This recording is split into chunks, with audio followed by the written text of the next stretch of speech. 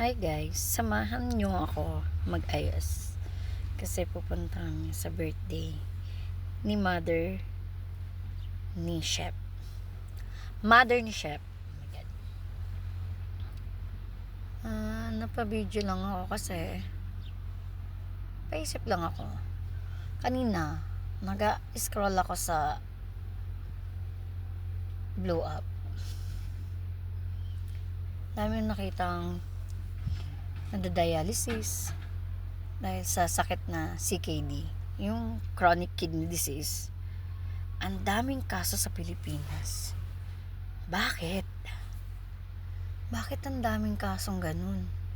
Nakakaawa lang kasi bata pa lang meron ng ganun. Yung wala kang magawa, kundi pagdasal na lang sila na sana makayanan nila yung session nila, yung oras nila, yung pagtiyaga nila sa pag-aantay. Lalo na alam ko sa Pilipinas, mahirap din ng sitwasyon habang nagda-dialysis ka, 'di ba? Parang yung isang paa nila nasa hukay na. Last time nung napanood ko dun kay dun sa Every Sunday na segment ni Jessica So is 20 years old pa lang nagkasakit na ng ganun. Well, sa kwento niya is talagang hindi na healthy yung niya, yung healthy living niya, na the way siya kumain, or I mean yung kinakain niya, hindi na talaga healthy. So in short, pinabayaan niya kasi nga sa isip niya is bata pa siya, akala niya malakas siya dahil bata pa siya, pero hindi niya naisip na yung sa inside or sa organ natin, yun yung tinitira ng mga kinakain natin na unhealthy food.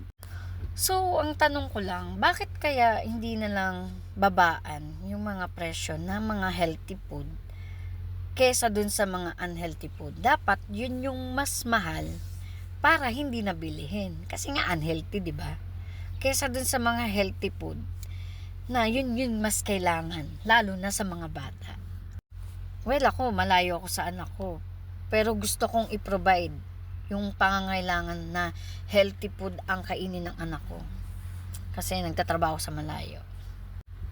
Syempre natatakot din ako na isa sa pamilya ko magkaroon ng ganun. Ay, sana naman wag, Lord please, wag naman po sana. As long as nakaya ko po magtrabaho at mabigay yung kailangan nila, pangangailangan nila, gagawin ko. Ayoko lang sila na magkaroon ng ganung sakit kasi ang hirap na nakakaawa, pero wala tayong magagawa kasi hindi natin hindi natin hawak ang bawat isa. Sarili talaga natin ang dapat nating pangalagaan. Kung kaya nyong iwasan nyo, kagaya ng alak. Kung kaya nyong iwasan nyo. Kung pwedeng occasionally lang or kahit hindi na, basta maiwasan nyo. Iwasan nyo yung mga bad na habit. Kasi hindi na kayo pabata. Patanda na kayo. Kung kaya nyong iwasan nyo. Kasi, mahirap na. Mahirap yung buhay na nagda-dialysis. Hindi mo alam kung kailan ka gagaling or gagaling pa ba. Hindi mo alam. Kaya sa mga taong wala pang ganun, ingatan nyo na yung sarili nyo. At aralin nyo na yung magbuhay healthy. Kasi once na magkaroon na kayo niyan, hindi na yan mawawala. Nakadikit na yan sa buhay nyo. Health is matter, guys. Health ang pinaka-importante sa buhay natin. Kasi kung may sakit tayo, hindi tayo makakakilos at hindi na tayo makakapag-provide sa pamilya natin kung tayo mismo napapabayaan natin yung sarili natin. Kaya yun lang, guys. Ngayon, tapos na ako for today's video. Wala lang, na-share ko lang yung thoughts ko.